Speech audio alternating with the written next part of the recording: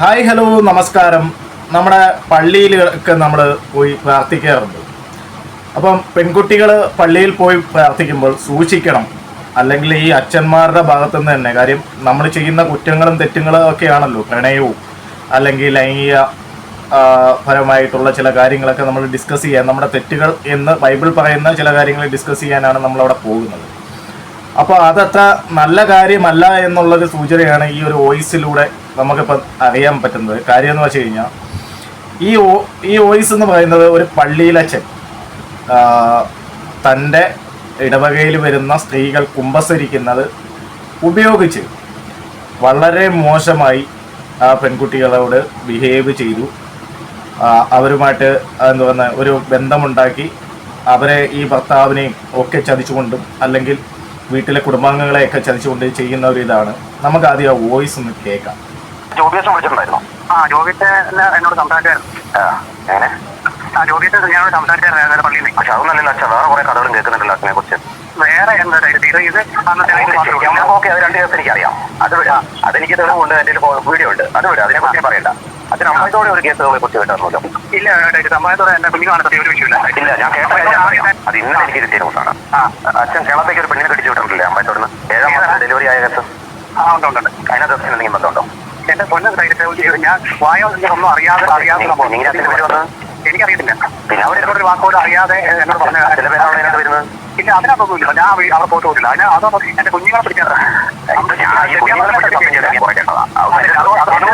സത്യങ്ങളൊന്നും പറയരുത്. നീ പറഞ്ഞത് തെളിവുണ്ട്. അത് തെളിവുണ്ട്. എന്റെ അമ്മായത്തോട് അങ്ങനെ ഇല്ല. ഞാനത് ആണായിട്ട് പറയാം. അമ്മായത്തോട് ഇല്ല. ഉണ്ടെന്ന് തെളിഞ്ഞാലോ? ഉണ്ടെന്ന് നീ പറഞ്ഞത് എന്ത് ഞാൻ ചെയ്യും? അമ്മായി നീ പറഞ്ഞ കേട്ടിട്ട് ശരീരം കഴിഞ്ഞാൽ എന്ത് വേണം ചെയ്യും? അത് വേറെ എനിക്ക് തിരിയാത്തൊന്നുമില്ല. അമ്മായത്തോട് നീ പറഞ്ഞ 7ാം മാസത്തിന് കുപ്പായ പോകുന്ന കഥ ഇതൊന്നും എന്നോട് പറയരുത്. ദൈവത്തോർത്ത് ഞാൻ അടുത്തോനാ. കുപ്പായ ഊരിക്കാൻ എനിക്ക് അറിയില്ലാഞ്ഞിട്ടും അല്ല. 2 കുപ്പായ ഊരിച്ച് വീട്ടിൽ പിടിക്കാൻ എനിക്ക് അറിയില്ലാഞ്ഞിട്ടും അല്ല. എന്നോട് പറയരുത്. നീ പറയുന്നത് അങ്ങനെ പറയണം. അല്ലാണ്ട് വെറുതെ കുപ്പായ ഒരു മക്കളെ കുറിച്ച് സത്യം ചെയ്തൊക്കെ ഞാൻ കുറെ കേട്ടതാ. ഈ 2 ഞാൻ കേട്ടതാ. അമ്പായത്തോട് ഞാനൊന്നുമില്ല. എനിക്ക് ഞാൻ ചോദ്യം പറഞ്ഞത് ഞാൻ തയ്യാറല്ല. അച്ഛൻ പോയി തിരുമേനോട് പോയി സംസാരിച്ചോ. അച്ഛൻ തിരുമേനോട് പോയി കാര്യങ്ങളെല്ലാം പറഞ്ഞു. നിങ്ങൾ ഇങ്ങനെയായിരുന്നു ബന്ധം. ഞാൻ പ്രത്യേകിച്ച് പറയണ്ടല്ലോ. അച്ഛൻ ചെയ്തോ കാര്യങ്ങളൊന്നും പറയണ്ടല്ലോ. അതുകൊണ്ട് തിരുമേന്റെ അടുത്ത് ഇപ്പൊ ജോബിന്റെ അടുത്ത് പോയി കുമ്പസാരിച്ച സ്ഥിതിക്ക് പോയി തിരുമേന്റെ അടുത്ത് പോയി ഏറ്റു പറഞ്ഞു ഞാൻ അങ്ങനെ ചെയ്തിട്ടുണ്ട്, ഇങ്ങനെ ചെയ്തിട്ടുണ്ട്. തിരുമേനി അറിയട്ടേ കാര്യങ്ങൾ. ഞാനൊരു കാര്യം കൂടി പറയാം. തിരുമേനി ഇതിനെക്കുറിച്ച് സംസാരിച്ചത് ഞാൻ തിരുമേനിയായിട്ട് കാര്യങ്ങളെല്ലാം സംസാരിച്ചൊരു കാര്യമാണ്. ഞാൻ തിരുമേനി അടുത്ത് ഈ കാര്യങ്ങളെല്ലാം പിന്നെ ചെയ്ത് പറഞ്ഞ പോലെ എല്ലാം മാസം പറഞ്ഞ് പിന്നെ തിരുമേനിയോട് ഞാൻ സംസാരിച്ചത് എല്ലാം ഇതായതാണ്. ഞാൻ അപ്പൊ നിങ്ങൾ ഗുരു അല്ല തിരുമേനി. അല്ല, ഞാൻ പറയാം നമുക്ക് വന്ന പാട്ടുകൾ നമ്മൾ തിരുമേനി അടുത്ത് പറയണ്ടേ? ഒരു പാട്ട് എന്ന് പറഞ്ഞാൽ ഒരു തവണയൊക്കെ ഒരു വെച്ചാൽ അപ്പൊ നിങ്ങളെല്ലാം ഗുരുവാണ് തിരുമേനി. അപ്പൊ പിന്നെ പറഞ്ഞിട്ട് കാര്യമില്ല. ഞാൻ നേരെ മേലേക്ക് തന്നെ പോയാൽ നല്ലത്. ഞാൻ ഒരു കാര്യം പറയാം. വികാരിയായ ശേഷമാണ് ഞങ്ങൾ വല്ലപ്പോഴും മാനന്തവാടിയിൽ കാണുന്നു, സംസാരിക്കുന്നു, പിന്നെ അങ്ങോട്ട് കൂടെ കാണുന്നുണ്ട്. അല്ലാതെ ഈ പറയുന്ന ഒരു വലിയ ബന്ധം അന്നേ ഈ നമ്മളാണ് ഏത് ആയിട്ടാണ് സംസാരിക്കുന്നത്. ഏത് നമ്മളാണ് പിന്നെ ടീച്ചറിന്റെ ഹോട്ടലിൽ വരും. ഞാൻ അമ്മായിത്തോട് ഞങ്ങൾ ഭക്ഷണം കഴിക്കാൻ വരുമ്പോഴാണ് നമ്മൾ ഇത് ഷെയർ ചെയ്യുന്നത്. ഓർക്കുന്നുണ്ട്. അവർ അന്നേ ഒന്നും ഈ പറയുന്ന ഒരു ബന്ധവും ഞാൻ ഇല്ല. കമ്പലീനായിട്ട് വികാരിയായി വന്ന ശേഷമാണ് ഞങ്ങൾ തമ്മിലുള്ള അങ്ങോട്ട് കൂടെ കാണുന്നു, സംസാരിക്കുന്നു പറഞ്ഞാൽ എല്ലാം കൂടെ ഓർമ്മ ഞങ്ങൾ സംസാരിക്കാറുണ്ട്. ഞാൻ ഒറ്റൊരു കാര്യം പറയട്ടെ, പറ്റുവാണെങ്കിൽ പിന്നെ ഈ ഒരു ഭാഷ എന്നോട് ക്ഷമിക്കും. ഞാനിപ്പോ ക്ഷമിച്ചു കഴിഞ്ഞാൽ എന്റെ പ്രശ്നം ഞാൻ പറഞ്ഞുതരാം. 2 ദിവസം കഴിയുമ്പോൾ എന്തായിരിക്കും നിങ്ങൾ മാറണമെന്ന് നമുക്കറിയാലോ കൃത്യമായിട്ട്. നീ എന്നെ അങ്ങനെ ചിന്തിക്കുന്നത് ഞാൻ അത് അപ്പോഴും ചിന്തിച്ചേക്കണേ. ഞാൻ അച്ഛൻ എന്ന ഡീസലാണ് ഞാൻ ചിന്തിച്ചിരിക്കുന്നത് വിചാരിച്ച്. ഹലോ, അപ്പൊ ഒറ്റൊരു കാര്യം എനിക്ക് പറയാനുള്ളൂ. പറ്റുവാണെങ്കിൽ ഇല്ലെങ്കിൽ ഇപ്പൊ എന്താ പിന്നെ നിനക്ക് പറ്റുള്ളൂ പിന്നെ ഒരു കൂടെ പോലെ പറ്റി അബദ്ധം പറ്റിയത് ഞാൻ വിജയിക്കുന്നില്ല. ഇതൊന്നും ഒരു തവണയല്ലേ അച്ഛൻ പറ്റുള്ളൂ. ചെട്ടിയാമ്പറന്ന് മാത്രം പറ്റിയതല്ലേ ഉള്ളൂ. ചെട്ടിയാമ്പറന്നിട്ട് പറ്റിയതല്ലേ മാനന്തവാടി അച്ഛൻ കൂട്ടിയിട്ട് പറഞ്ഞിട്ട് എന്റെ ഇതൊക്കെ നമ്മുടെ നാട്ടിൽ തന്നെ നമ്മൾ അത്യാവശ്യം ജീവിക്കുന്നതുകൊണ്ട് വെറുതെ പറയുന്നില്ല. തെളിവില്ല. വെറുതെ പറയുന്നില്ല. തെളിവ് ഇപ്പൊ എന്റെ ഉള്ളതാണല്ലേ? അല്ലെങ്കിൽ അച്ഛൻ ഇപ്പൊ സമ്മതിക്കും തെളിവുണ്ടെന്ന്. ഈ ചെട്ടിയാമ്പറത്തിന്റെ കേസ് തന്നെ അച്ഛൻ സമ്മതിക്കോ? എന്റെ തെളിവുള്ളതാണല്ലോ അച്ഛനെ പറയണേ. അല്ലെങ്കിൽ സമ്മതിക്കോ അച്ഛൻ? അതിന് ജന്മത്തിൽ സമ്മതിക്കോ? അത് പോലെ കയ്യിലുള്ളതുകൊണ്ടല്ലേ ഇപ്പൊ ഈ കുറ്റസമ്മതം നടത്തുന്നത്? അല്ലെങ്കിൽ അച്ഛൻ ജന്മത്തിൽ സമ്മതിക്കോ ഞാൻ ഇങ്ങനെ കാര്യം ചെയ്തിട്ടുണ്ടെന്ന്? അല്ല, ചിലപ്പോ പിന്നെ നീ ചോദിക്കുമ്പോൾ ചിലപ്പോൾ നമ്മളെ വലിയ ചിലപ്പോൾ അങ്ങനെ പറ്റിപ്പോയി ഞാൻ പറയും. ഒരിക്കലും പറയില്ല. തെളിവ് എന്റെ കയ്യിൽ ഇരിക്കുന്നതുകൊണ്ട് മാത്രം. അല്ലെങ്കിലോ പറ്റുവാണെങ്കിൽ ക്ഷമിക്കും. ഞാൻ പറ്റിയിട്ടും കാര്യമില്ല. വാഹനമാരോട് ക്ഷമിക്കുകയില്ല. ഞാൻ അച്ഛനോട് സംസാരിക്കാം. വാഹനമാരെ ക്ഷമിച്ചു കഴിഞ്ഞാൽ ഞാൻ 2 ദിവസം വാഹനമാരത്തിന് കാര്യം മാറ്റെങ്കിൽ ടൈറ്റ് പറഞ്ഞാൽ അപ്പൊ വാഹനമാർക്ക് പോകും. ഈ കേസ് നിങ്ങൾക്ക് ഒന്ന് എന്നെ ഒന്ന് ക്ഷമിക്കാൻ പറ്റില്ല. അച്ഛൻ തന്നെയല്ലേ എന്നും പ്രോമോസ് ചെയ്യുന്ന പ്രത്യേകിച്ച് തെറ്റ് ചെയ്തോ ശിക്ഷിക്കപ്പെടുന്നത്. എന്നും ഈ ജനങ്ങളെ ഉപദേശിച്ച് പ്രത്യേകിച്ചോണ്ടിരിക്കുന്നത്. പറ്റുവാണെങ്കിൽ ഒന്ന് ക്ഷമിക്കുക. ഞാൻ പറയും അച്ഛൻ പോയി തിരുമേനെടുത്ത് കൊണ്ടുവച്ചാൽ എന്തിനാണ് ഈ ജോബിയത്തിൽ പോയി കൊണ്ടുവച്ചിരിക്കുന്നത്? എന്തിനാ ഇതിനകത്ത് മൂന്നാമനെ പോയി ജോബിയത്തിന്റെ അടുത്ത് പോയി തിരുമേനോട് സംസാരിച്ചതാണ്. എങ്കിൽ ഞാൻ തിരുമേനോട് സംസാരിച്ചോട്ടെ, അത് കുഴപ്പമില്ലല്ലോ. ഞാൻ സംസാരിച്ചോട്ടെ തിരുമേന്റെ അടുത്ത്. ആയിക്കോട്ടെ, ഞാൻ തിരുമേനോട് സംസാരിച്ചോട്ടെ. ആക്ഷൻ എടുക്കില്ലോ നമുക്ക് നോക്കാലോ. എന്തെങ്കിലും ആക്ഷൻ നീ പിന്നെ എന്തിനാ ജീവിച്ചിരിക്കുന്നത്? നീ എന്നെ നീ പറ്റുവാണെങ്കിൽ ഒന്ന് ഒഴിവാക്കി കൊണ്ടുവരും. എങ്ങനെയാണ് അതെങ്ങനെ പറ്റുവാണെങ്കിൽ എങ്ങനെ ഒഴിവാക്കി തരുന്നത് പറഞ്ഞാൽ ഇത് ഇന്നും ഇന്നലെ തുടങ്ങിയ പരിപാടിയാണോ? 3 വർഷം ചെട്ടിയാമ്പറം ഇരുന്നിട്ട് ഉണ്ടാക്കിയ കഥകൾ കേട്ട് കഴിഞ്ഞ് കഴിഞ്ഞാൽ ഞാൻ ആ വീഡിയോ കണ്ടു കഴിഞ്ഞപ്പോൾ ഞാൻ ശരിക്കും പറഞ്ഞാൽ ഞെട്ടിപ്പോയി. ഞാൻ നീ പറ്റുവാണെങ്കിൽ ക്ഷമിക്കുകയാണെങ്കിൽ പിന്നെയും ഉണ്ട്. അച്ഛന്റെ തൊട്ട് അയൽവത്ത് നടക്കുന്ന അതൊരു കാർത്തി പെണ്ണുങ്ങൾ ഒന്നെന്ന് പറഞ്ഞാൽ അച്ഛൻ കുര്യനെ അതുപോലെ കൂടെ നടന്നിട്ട് മോളിയുടെ കൂടെ. And the bowler thinks it is out. Umpire signals to the TV umpire. Yeah, this one is definitely mine. 100. ഇത് എന്താ പറയണത്? ഒന്നാണെങ്കിൽ ഓക്കെ, ഞാൻ ശരി സമ്മതിച്ചു. ഞാൻ സംഭവിച്ചതായിട്ട് ഇപ്പം എന്താന്ന് വെച്ചാൽ നീ ഇതാക്കണം. പറ്റുവാണെങ്കിൽ ക്ഷമിക്കുക, ഇല്ലെങ്കിൽ നിന്റെ ഇഷ്ടത്തിലാണ് വിടും. അല്ല ഞാനെന്താ കാര്യമൊന്നുമില്ല. സഭയിലെ നിയമങ്ങളൊക്കെ പാലിച്ച് മുന്നോട്ട് പോകണമെങ്കിൽ എനിക്കൊരു അബദ്ധം പറ്റി പോയി ഞാൻ സംഭവിക്കുന്നു. നീ പറഞ്ഞ ഞാൻ സ്വീകരിച്ചോളാം. നീ ക്ഷമിക്കാൻ പറ്റി ക്ഷമിക്കണം. ഓക്കെ, ഞാൻ സംസാരിച്ചോട്ടെ. ഞാൻ അവിടെ ഒന്ന് കേരളം തന്നെ കാണാം. എന്നെ കാണുമോ വേണ്ട, അതിന്റെ ഒന്നും ആവശ്യമില്ല. എനിക്ക് അതിന്റെ ഒരു ആവശ്യമില്ല. പക്ഷേ ഞാൻ വാഹനമടത്തോടെ സംസാരിച്ചോട്ടെ. വാഹനമടം എന്താ പറയുന്നത് നോക്കട്ടെ. അല്ലാണ്ട് ഇതിനകത്ത് വേറൊരു മധ്യസ്ഥനെ വെച്ച് കഴിഞ്ഞ് കഴിഞ്ഞാൽ വെറുതെ ടൈറ്റത്തിന് ഒന്നും കൂടി ദേഷ്യം കൂടുകയുള്ളൂ. അമ്പത്തോടെ വെച്ച് ഇതിനകത്ത് മധ്യസ്ഥം പറഞ്ഞു കഴിഞ്ഞാൽ ഈ പറഞ്ഞ ജോബിയസിനെ കൂടി ടൈറ്റത്ത് വെറുതെ പോവുള്ളൂ. അതുകൊണ്ട് ആരും ദൈവത്തെ ഓർത്ത് മധ്യസ്ഥനെ വെക്കരുത്. എന്തെങ്കിലും പറയാനുണ്ടെങ്കിൽ നേരിട്ട് പറഞ്ഞോളാം. അല്ലാണ്ട് വേറൊരു മധ്യസ്ഥനെ വെച്ച് എന്നോട് സംസാരിക്കാൻ നിൽക്കുകയും ചെയ്തത്. ഞാൻ അതുകൊണ്ടാണ് ഇന്ന് നേരിട്ട് വിളിച്ചത്. എനിക്ക് നേരിട്ട് വിളിച്ചിട്ടുള്ള പരിചയമുള്ളൂ. എനിക്കൊരു മധ്യസ്ഥന്റെ ആവശ്യമില്ല. ഒരു മധ്യസ്ഥനെ വെക്കുകയും വേണ്ട. ഞാൻ നേരിട്ട് പറയണമെങ്കിൽ നേരിട്ട് ഞാൻ തിരുമേന്റെ അടുത്ത് പറയും. കൗൺസിൽ അംഗങ്ങളുടെ അടുത്ത് പറയണമെങ്കിൽ നേരിട്ട് കൗൺസിൽ അംഗങ്ങളുടെ അടുത്ത് പറയും. ഈ ബാബാ തിരുമേന്റെ അടുത്ത് പറയണമെങ്കിൽ ബാബാ തിരുമേന്റെ അടുത്ത് പറയും. ഇനി അതിന്റെ മേലെ ലെവലിലേക്ക് പോകണമെങ്കിൽ എനിക്ക് ഇഷ്ടംപോലെ ആൾക്കാർ പരിചയമുണ്ട്. നിങ്ങളൊന്ന് വിചാരിക്കുന്നതിന്റെ അപ്പുറത്തെ പരിചയങ്ങൾ എനിക്കുണ്ട്.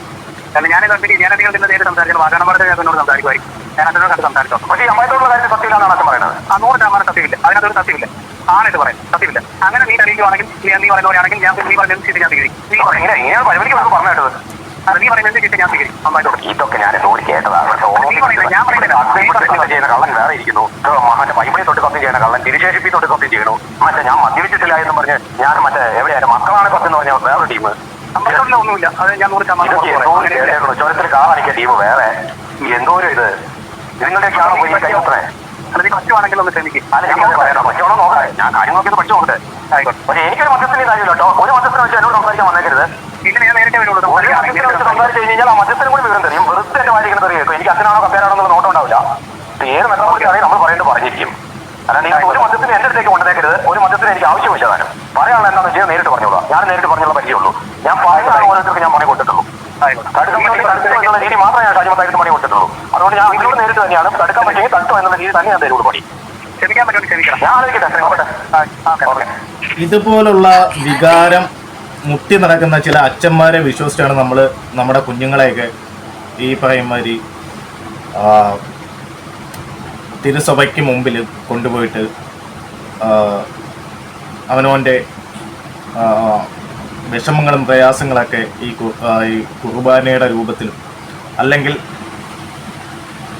കുമ്പസാര രൂപത്തിലൊക്കെ നമ്മൾ പറയുന്നത്.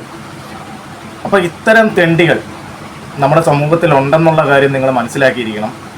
നിങ്ങൾ നിങ്ങളുടെ കുഞ്ഞുങ്ങളെ വിടുമ്പോൾ അത് ദൈവത്തിൻ്റെ ആലയമായാലും അല്ലെങ്കിൽ നമ്മുടെ കുഞ്ഞുങ്ങളുടെ സുരക്ഷിതയും കൂടെ നമ്മൾ നോക്കണം.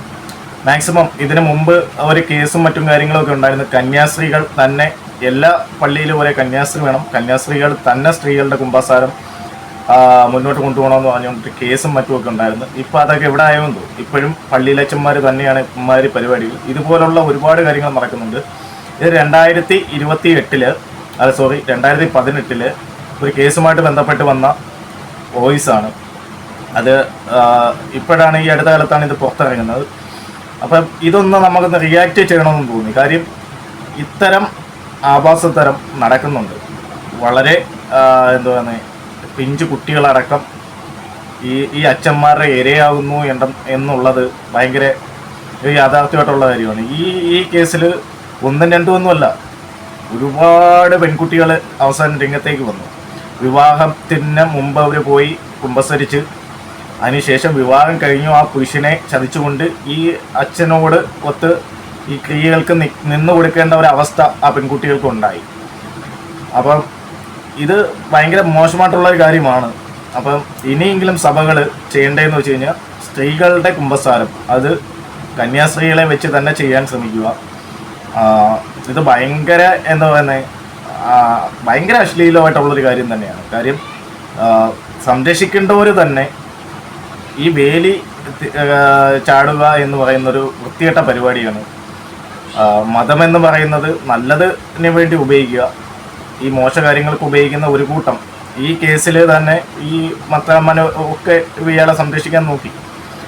പക്ഷേ കോടതിയുടെ കൃത്യമായ ഇടപെടൽ അയാളെ ഇവരെ ശിക്ഷയിലേക്ക് കൊണ്ടുപോകുന്നു. അല്ലെങ്കിൽ ഇപ്പോൾ അത് പൂർത്തിയായിട്ടില്ല, നടന്നുകൊണ്ടിരിക്കുന്നേ ഉള്ളൂ. സോ അവർ ശിക്ഷിക്കപ്പെടുമെന്ന് തന്നെ നമുക്ക് വിചാരിക്കാം. ഇതിനെപ്പറ്റി നിങ്ങളുടെ അഭിപ്രായങ്ങൾ നിങ്ങൾ കമൻറ്റ് ബോക്സിൽ രേഖപ്പെടുത്തണം, അത് മാന്യമായ ഭാഷയിൽ മാത്രം.